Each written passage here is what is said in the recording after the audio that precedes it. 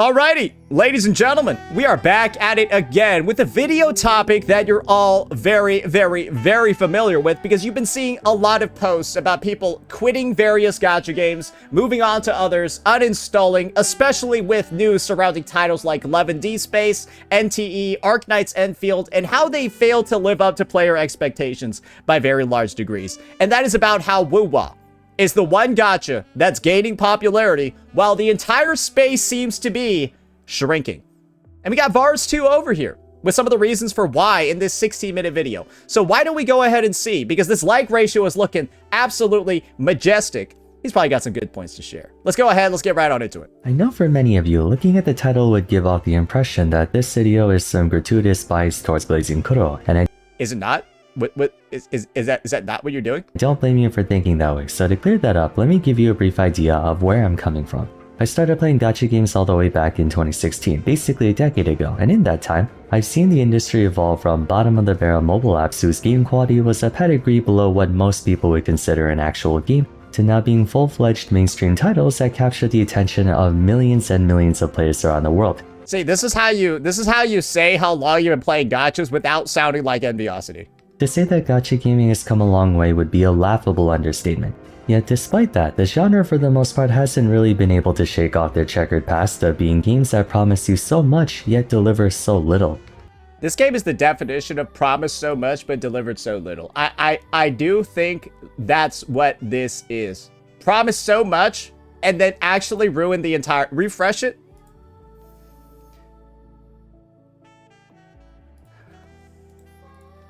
The reason I wanted to make this video was because of just how unique Wuthering Waves truly is in the gacha space, a game that by all accounts was never expected to succeed to the degree that it did, yet one that managed to not only meet those expectations, but in the eyes of many people, surpass them and really come into its own.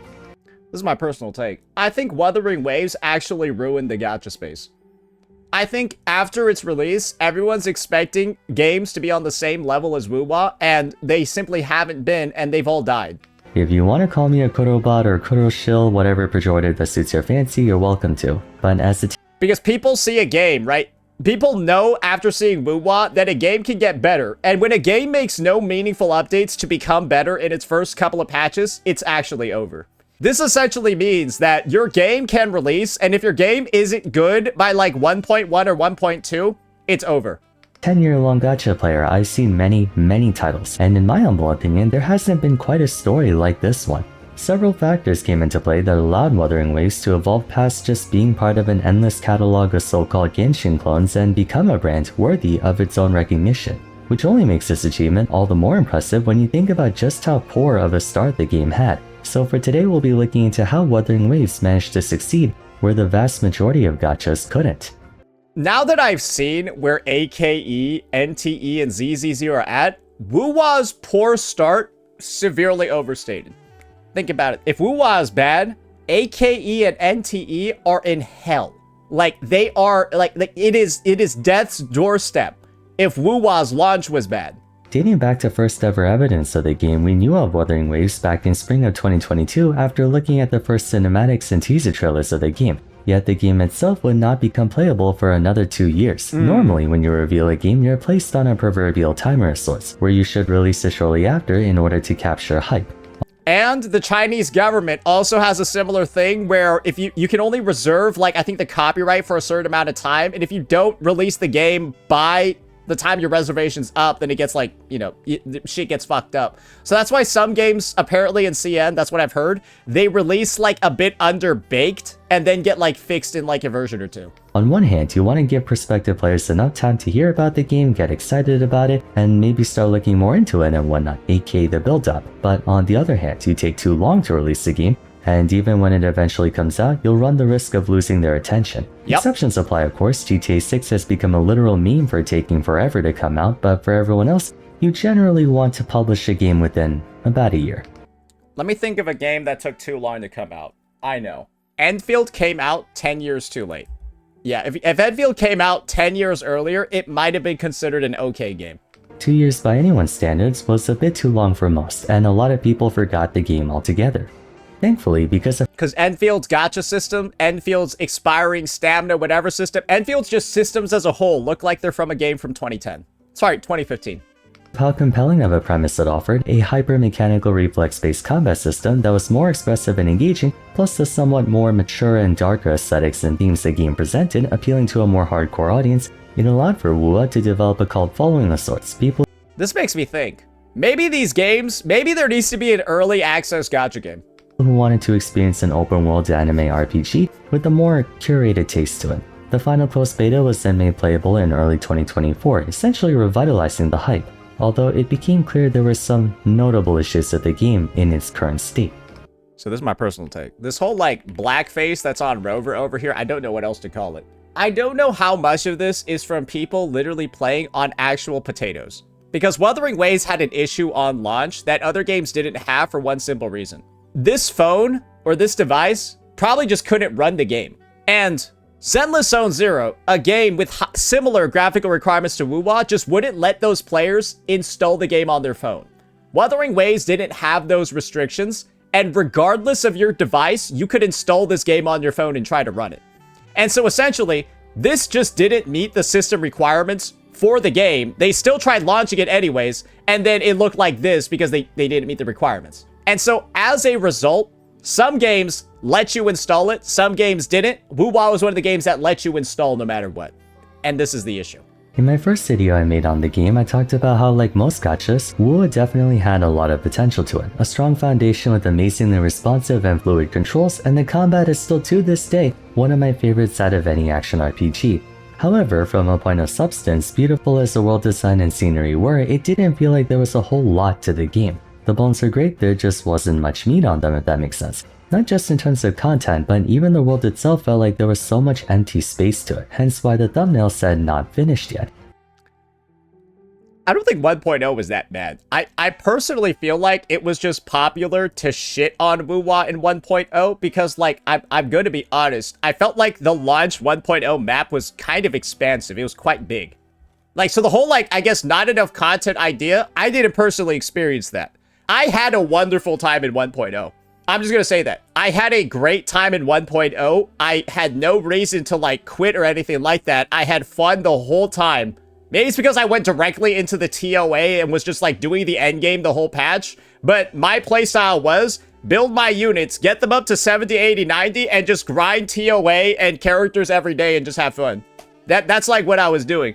And I guess my take is that if you were trying to clear the TOA and play the end game, you probably had fun with 1.0. If you were a giga casual like Mutt who like was not doing end game, who's played for like 5 minutes a day or shit like that, I guess you maybe wouldn't like it, but then why would you run out of content? I guess I don't know. It's like, I guess the only way for you to run out of content would be for you to want to fully get to the end game, but then not actually play it. Like, you would get to the TOA, unlock everything, raise all your characters, and then just not play the game modes. That, to me, is how you run out of content in 1.0, because it felt like there was a lot to me.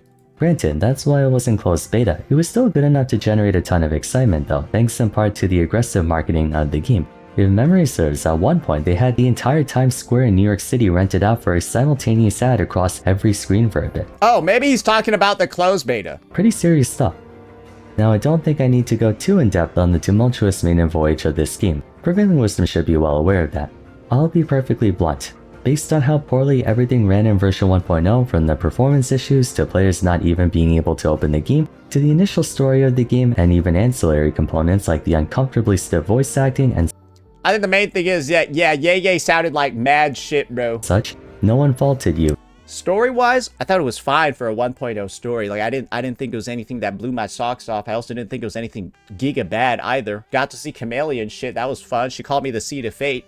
And then, I don't know. I guess to me, it's just, I feel like it's popular to say that WuWa was bad in 1.0. Part of me is wondering how many of these players even played WuWa 1.0 that are calling it bad. Legitimately, I'm actually wondering.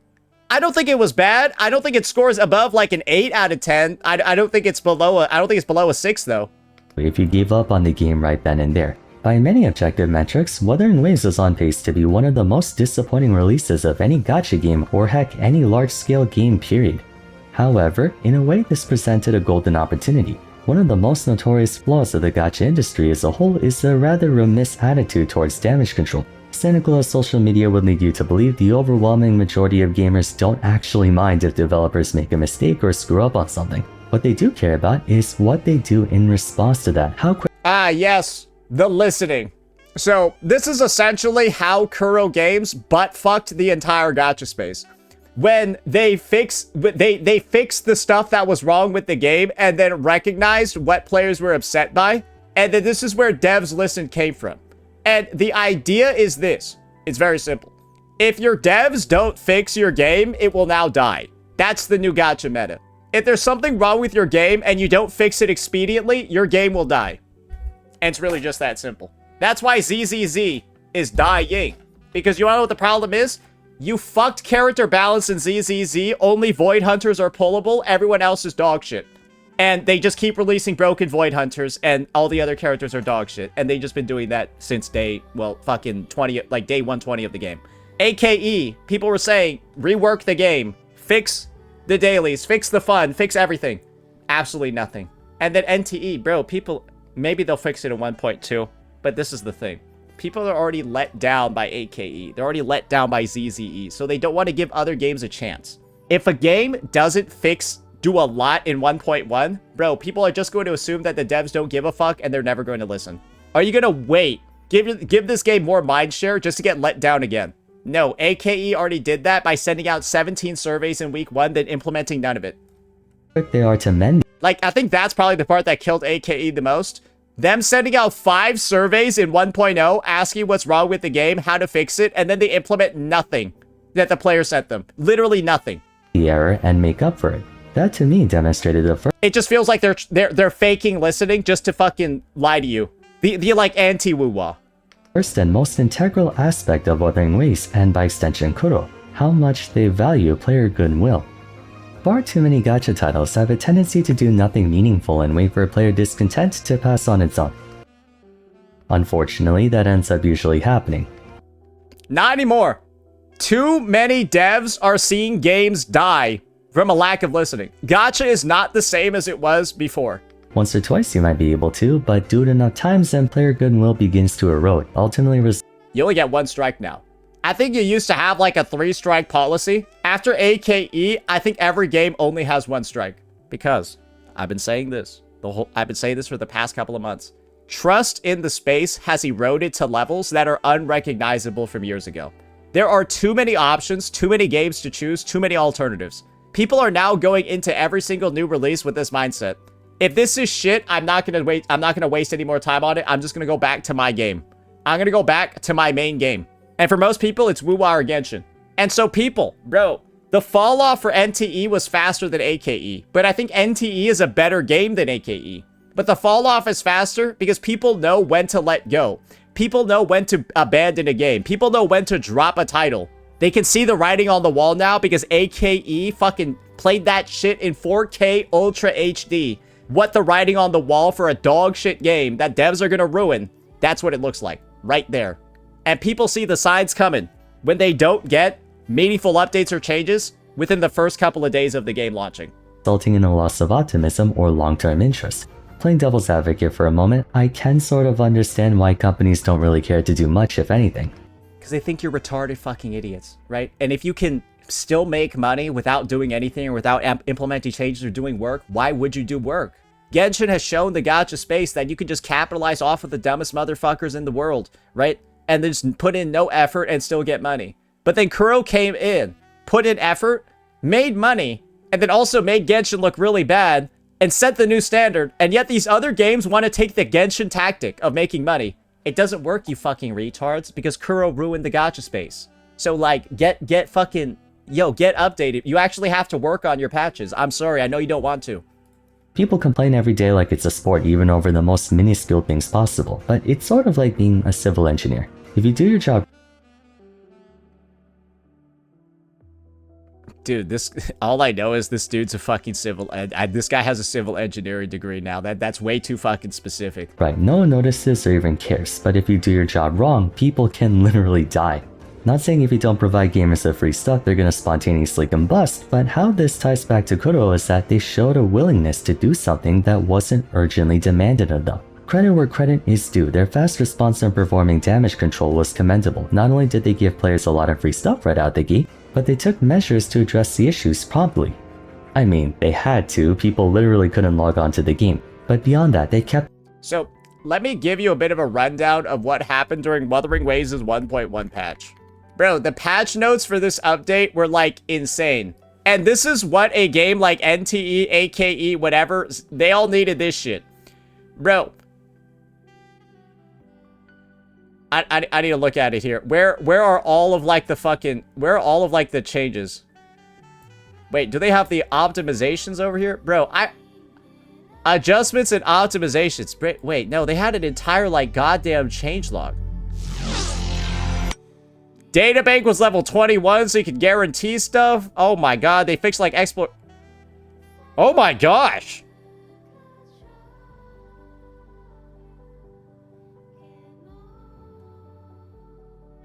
Bro, that was a 1.1 patch! And remember, they introduced Mount Firmament and the whole new region with this shit, bro. Yeah, no, I'm sorry. Yeah, no, they put so much work into 1.1, it was crazy, while AKE is like, I'm on a payphone trying to call. Bro, they're just popping champagne in the offices for their 1.1 patch as the game actively dies in front of them. Holy shit. Up with the generosity, which again ties back to their appreciation towards fostering goodwill. You still have to do right by the community, even after you remedy the issue. For example, version 1.2 saw the release of a pretty good 5-star attacker at the time, and if I'm not mistaken, this was the fastest any high-profile game released a free 5-star. There wasn't any event or special occasion, they just gave us Shangli Yao cause why the hell not? And for a good portion of the community, including and especially free-to-play players, the timing was excellent, as 1.2 was around the time where the player base at large began to take on the endgame content now that our accounts are getting closer to it. On the back end of yeah, most people picked up Zhang Liao's weapon too. The things, WuWa displayed considerable effort in...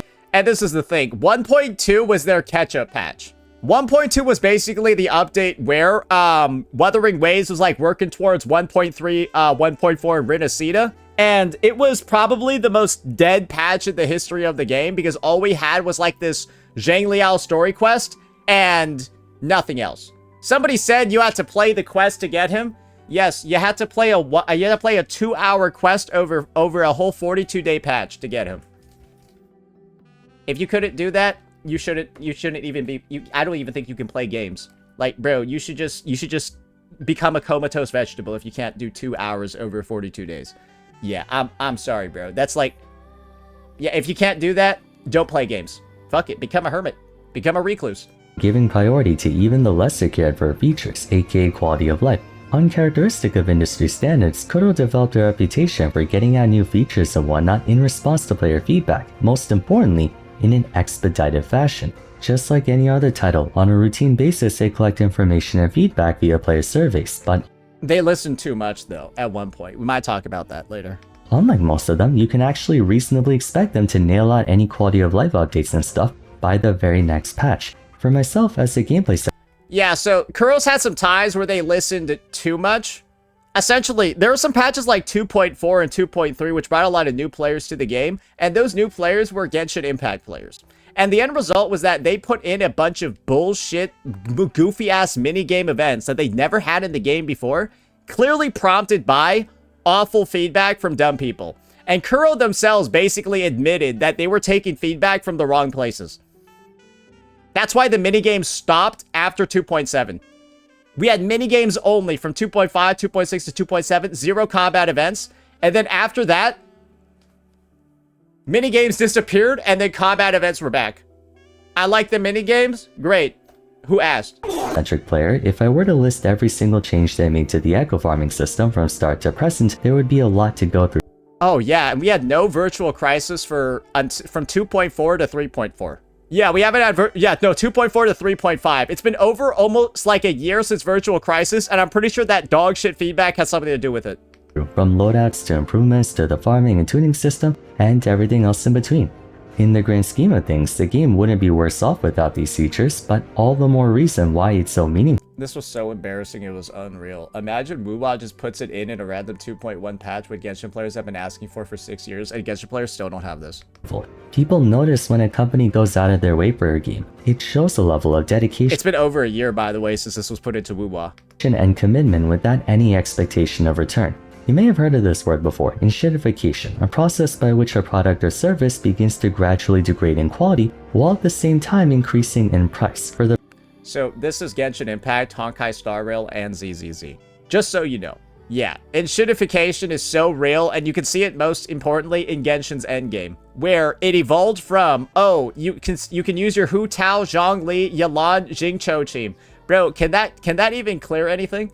Bro, can Hu Tao, John Lee, Yalan, and Qingqiu, or whatever the fuck his name is, like Jingqiu, can they clear anything? Purposes of maximizing profits at the expense of the experience. In layman's terms, companies get greedier while at the same time becoming lazier. Bro, this is just Nod Cry and like all the fucking lunar reactions and porn star fields. Sorry, Polestar fields and like fucking. There's nothing wrong with endeavoring to make a profit, and Kuro is well within their right to expect Wuthering Waves to generate a return on investment. But the fact that they're willing to also implement features in the game that aren't necessarily conducive to making players spend more on the game, if anything, potentially making players not spend on the game due to it being made free. Do you know how many polls they gave out in 3.3, the most recent patch? Bro, they gave out like 158 free-to-play polls. Shows that they're in this project for the long haul. The more enjoyable the gameplay experience is, the more likely players are willing to stick with the game, which in turn hopefully leads them to spend more money on the game in the long run. It worked! Kuro had their most generous patch, last patch, and they have essentially sustained revenue while every other company is going down. So they have effectively proven this month you can be incredibly, absurdly generous and still make an impressive amount of money. Yeah, I think that's basically it. Because when you give out a bunch of polls last patch, people would assume that maybe you don't need to give out. Well, people are not gonna spend, right? Because they have a bunch of polls from last patch. People still spent this patch. It's a sound business direction that leads to a mutual benefit, whereby the company fosters a loyal customer base, and said customers are satisfied with the experience and therefore willing to extend their financial support. Bro, I saw people after the Mengzhou patch, they have like 360 days of Lunite subscriptions. Yeah, that's them prepaying for their Lunite subscriptions, and that will be counted in the month's revenue. In the short term, they may lose money by, for example, adding a feature that lets you farm echoes without spending wave plates, consequently reducing how much players will spend on refilling them, but later down the road, those players might drop $100 here and there and more than make up for that initial loss. Further lending credence to Kuro's desire for Wuthering Waves to be a long-term commitment is just how much they care for every aspect of the game, not just a gacha, not just a story, not just Max is 180, stop lying. What are you guys even talking about right now? or willing to extend their financial support. In the short term, they may lose money by, for example, adding a feature that lets you farm echoes without spending wave plates. Lunite maxes out at 180 days, but I can see people maxing it out. Oh, so you sorry, let me see what this guy said. Max is 180, stop lying. What did you eat for breakfast 3 days ago?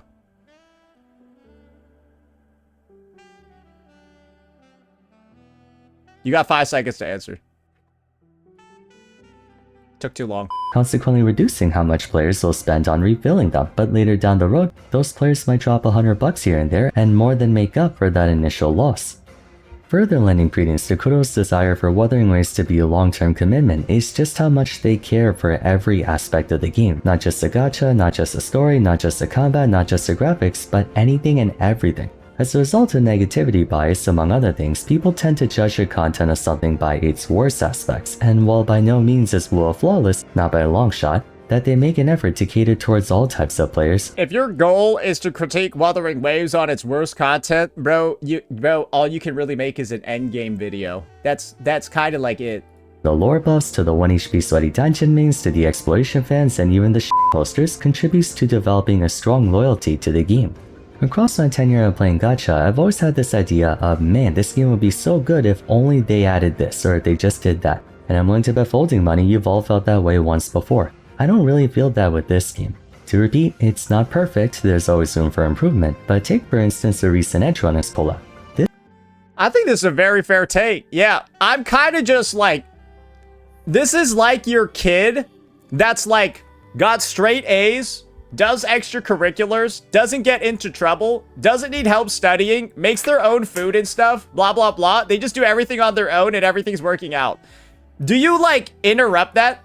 Do you like go in? Do you like bother them? Do you add additional complications to that kid's life, or do they just keep going as they're going? Right? Oh, I know. Straight A student, star athlete, but then also the guy plays League of Legends for 4 hours a day.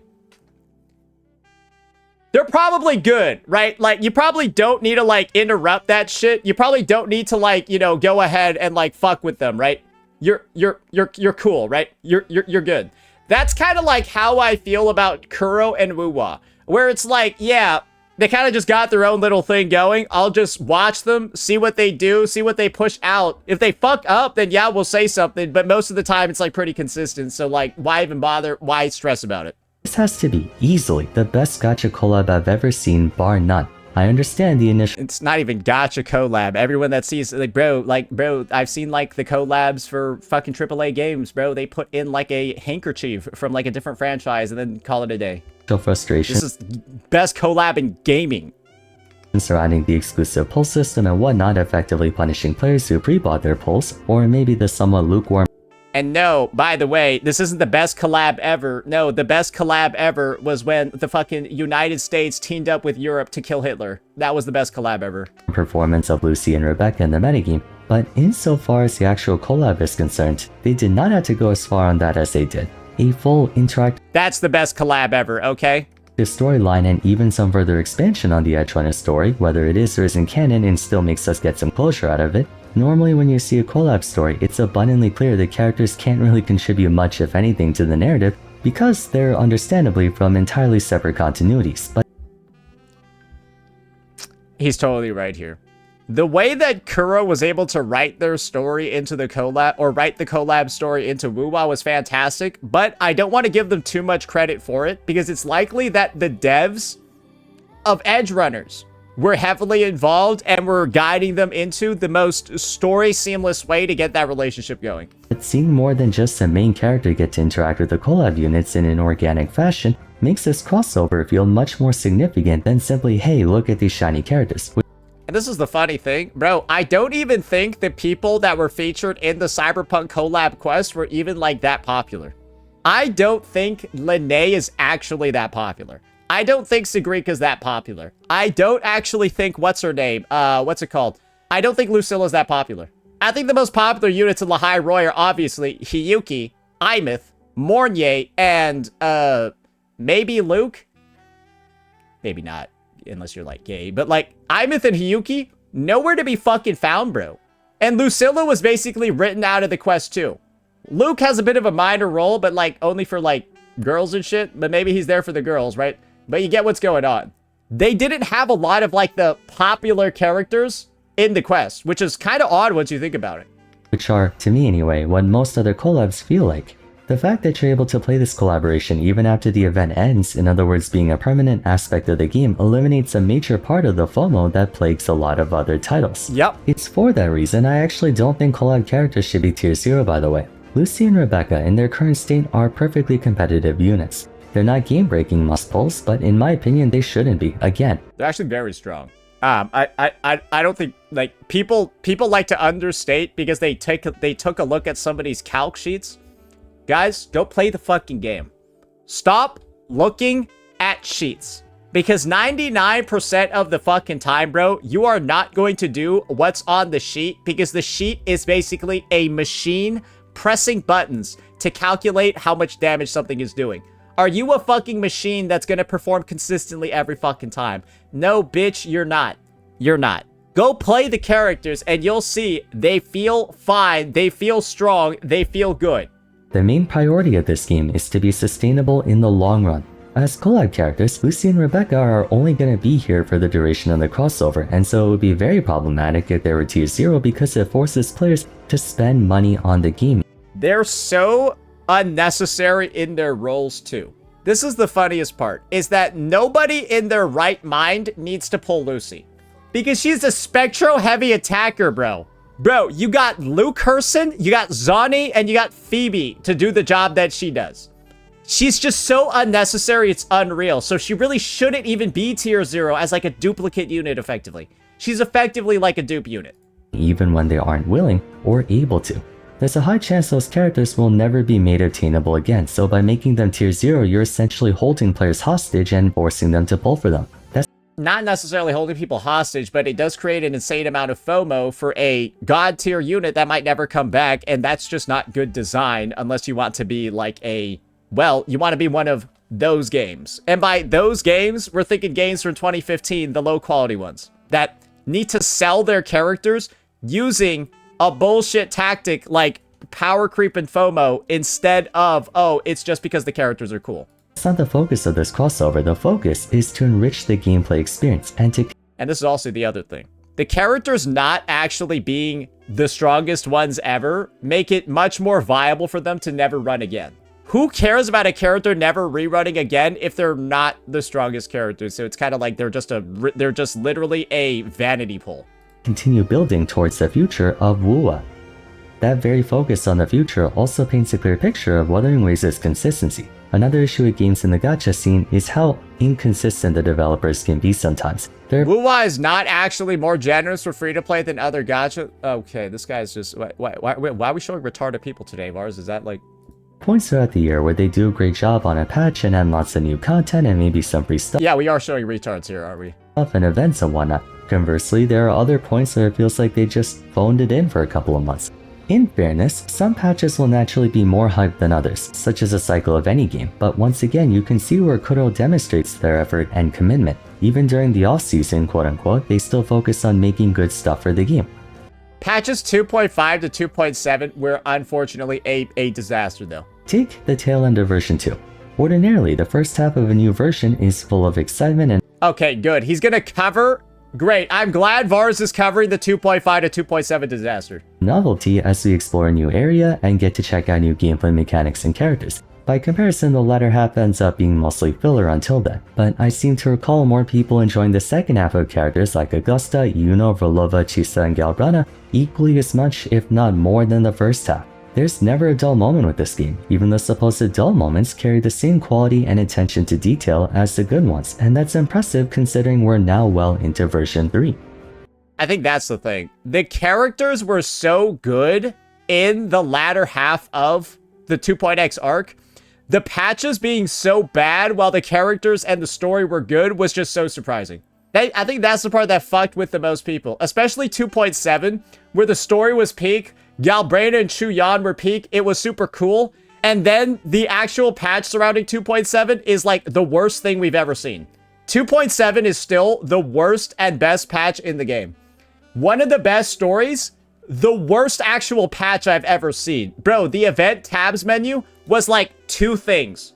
On day like 2 of the patch, the events pad tab, bro, it was like 2 activities. Ascendant Aces, and then a permanent minigame. Ascendant Aces to trial the characters, and then a minigame. That was it. Companies typically go above and beyond for the first year or 2 of the game. Year 1 is marked by emerging hype and excitement, with everything in the game being brand new and interesting.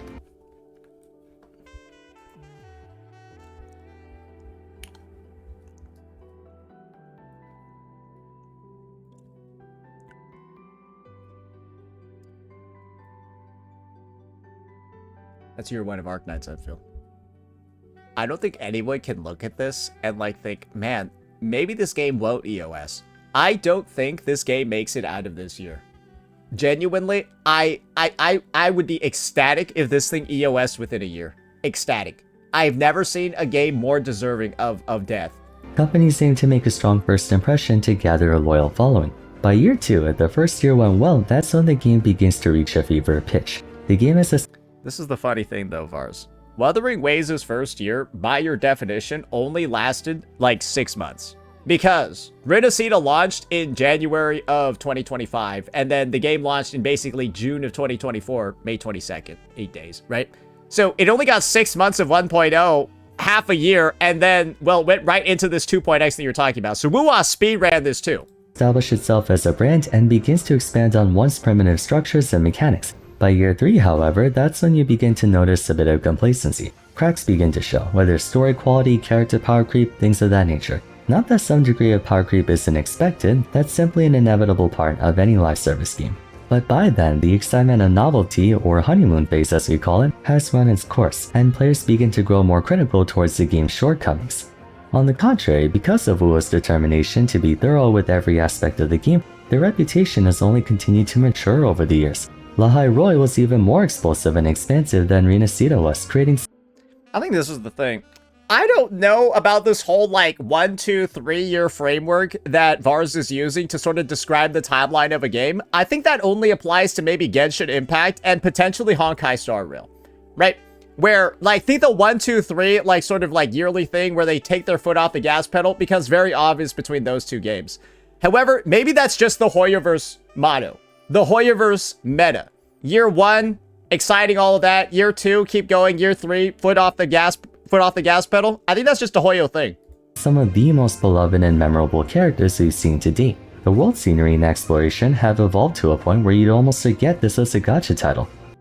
And they're promising a whole new world every 6 months. Yes, literally a brand new region every 6 months. That is what these devs have said they're doing. That's why 3.5, Mengzhou, 6 months after 3.0, that's why it's a new region. Combat is expanding to new degrees, with multiple new engines being added via the Resonance Mode system and the Toon Break mechanic to name a few. Yet at the same time, existing engines of version 2 are still going strong.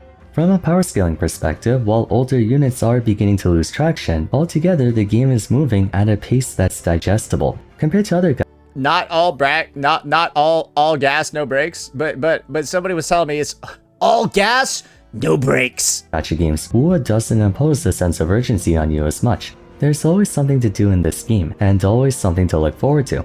During my livestream reaction for 3.3, the anniversary patch, I found myself a bit conflicted in how I felt about it. It was a great patch, one worthy of its status as an anniversary. You know what Vars looks like?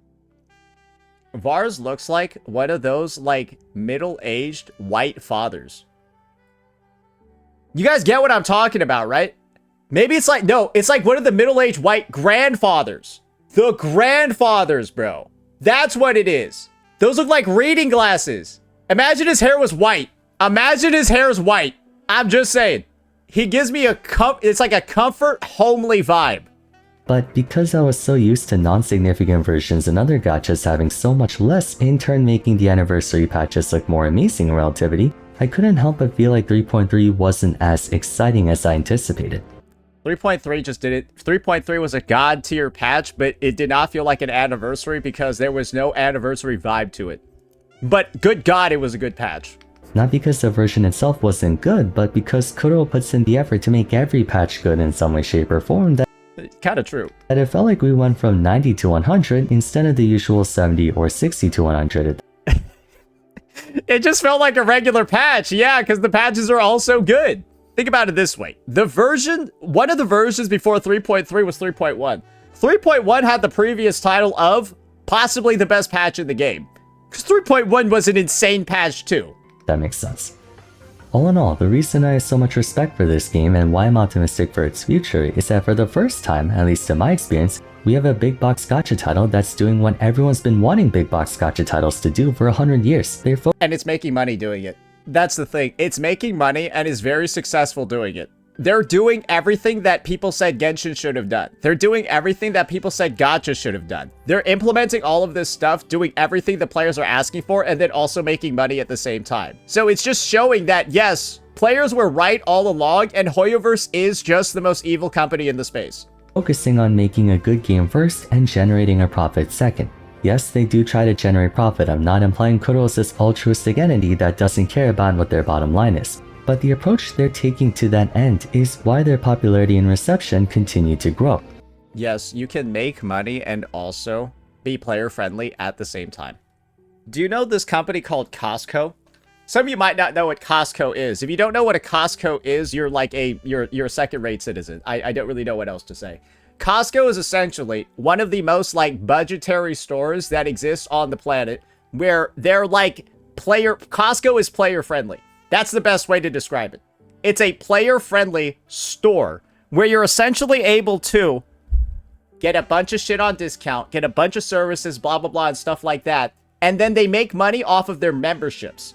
They kind of like break even on most of the stuff they sell in the store. They make money on the memberships. And that's how they work.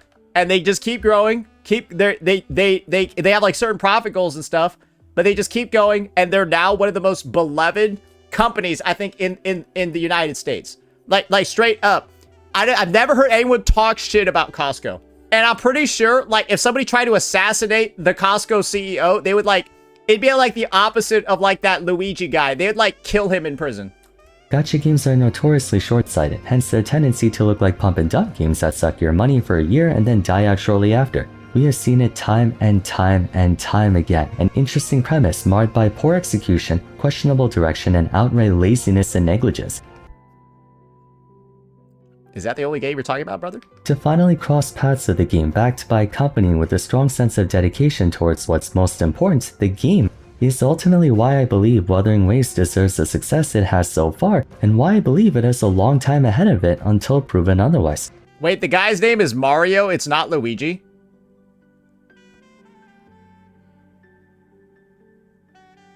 The United Healthcare guy, it's Luigi, isn't it?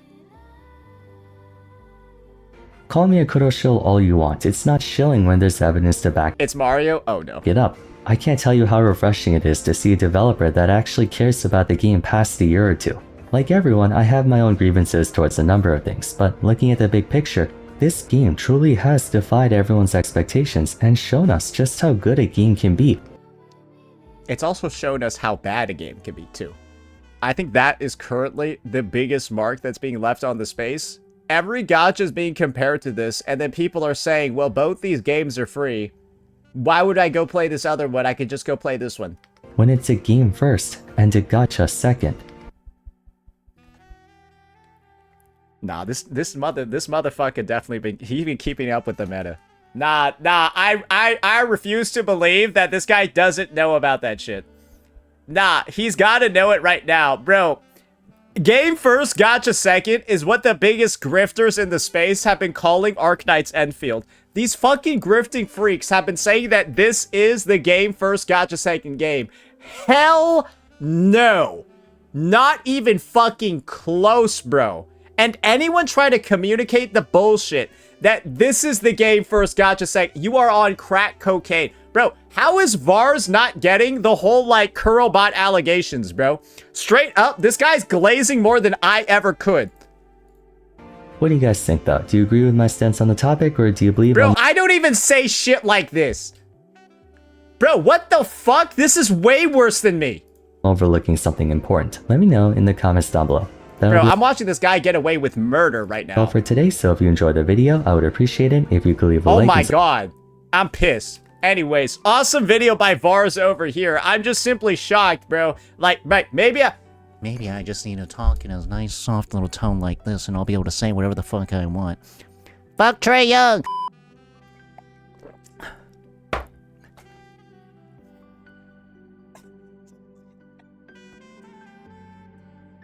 Bro, that little robot dude just saying that shit is still the funniest shit ever, bro.